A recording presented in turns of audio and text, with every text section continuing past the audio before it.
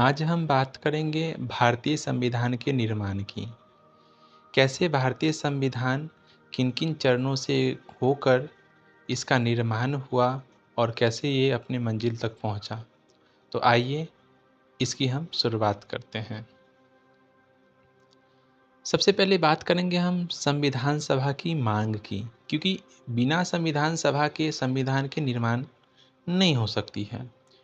तो सबसे पहले संविधान सभा के गठन का विचार जो है 1934 में एम.एन. रॉय ने रखा था। फिर 1935 में भारतीय राष्ट्रीय कांग्रेस ने पहली बार भारत के संविधान के निर्माण के लिए आधिकारिक रूप से संविधान सभा के गठन की मांग की। 1938 में भारतीय राष्ट्रीय कांग्रेस की ओर से पंडित जवाहरलाल नेहरू ने घोषणा किया कि स्वतंत्र भारत के संविधान का निर्माण वयस्क मताधिकार के आधार पर चुनी गई संविधान सभा द्वारा किया जाएगा और इसमें कोई बाहरी हस्तक्षेप नहीं होगा। नेहरू के इस मांग को अंततः ब्रिटिश सरकार ने सैद्धांतिक रूप से स्वीकार कर लिया। इसे सन 1940 के अगस्त प्रस्ताव के नाम से जाना जाता है। सन 1942 में ब्रिटिश सरकार ने कैबिनेट मंत्री स्टैफोर्ड क्रिप्स तथा ब्रिटिश मंत्रिमंडल के एक सदस्य एक स्वतंत्र संविधान के निर्माण के लिए ब्रिटिश सरकार के एक प्रारूप प्रस्ताव के साथ भारत आए।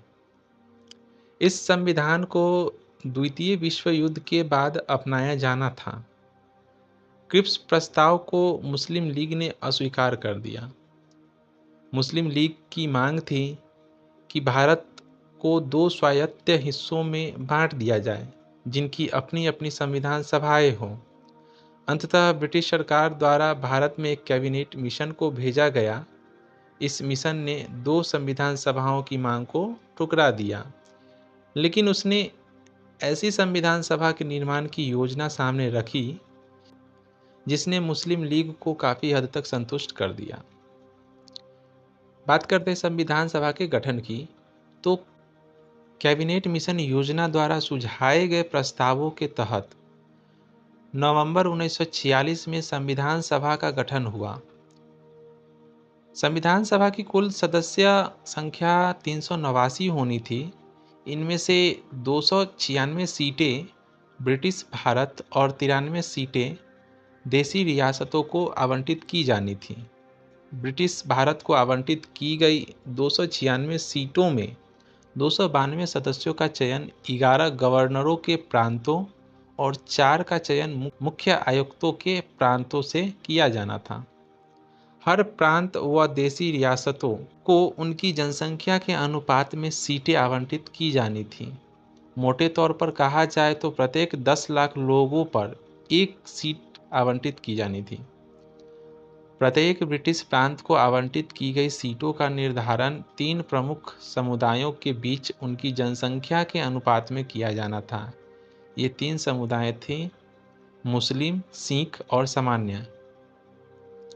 प्रत्येक समुदाय के प्रतिनिधियों का चुनाव प्रांतीय असेंबली में उस समुदाय के सदस्यों द्वारा किया जाना था और एकल संक्रमणीय मत के माध्यम से समानुपातिक प्रतिनिधित्व तरीके से मतदान किया जाना था। देसी रियासतों के प्रतिनिधियों का चयन रियासतों के प्रमुखों द्वारा किया जाना था। अतः यह स्पष्ट था कि संविधान सभा आंशिक रूप से चुनी हुई और आंशिक रूप से नामांकित निकाय थी। इसके अलावा सदस्यों का चयन अप्रत्यक्ष रूप से प्रांतीय व्यवस्थापिका के सदस्यों द्वारा किया जाना था, जिनका चुनाव एक सीमित मताधिकार के आधार पर किया गया था। संविधान सभा के लिए चुनाव जुलाई-अगस्त 1946 में हुआ।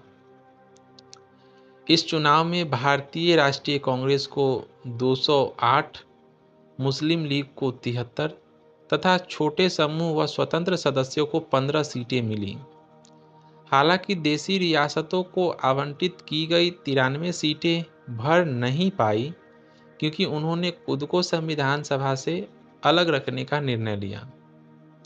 देखा जाए तो संविधान सभा का चुनाव भारत के वयस्क मतदाताओं द्वारा प्रत्यक्ष रूप से नहीं हुआ, फिर भी इसमें प्रत्येक समुदाय जैसे कि हिंदू, मुस्लिम, सिख, अनुसूचित जातियाँ, अनुसूचित जनजातियाँ, इन सभी के प्रतिनिधियों को जगह मिली। इनमें से महिलाएं भी शामिल थीं। महात्मा गांधी के अपवाद को अगर छोड़ दें तो सभा में उस समय भारत की सभी बड़ी हस्तियां शामिल थीं।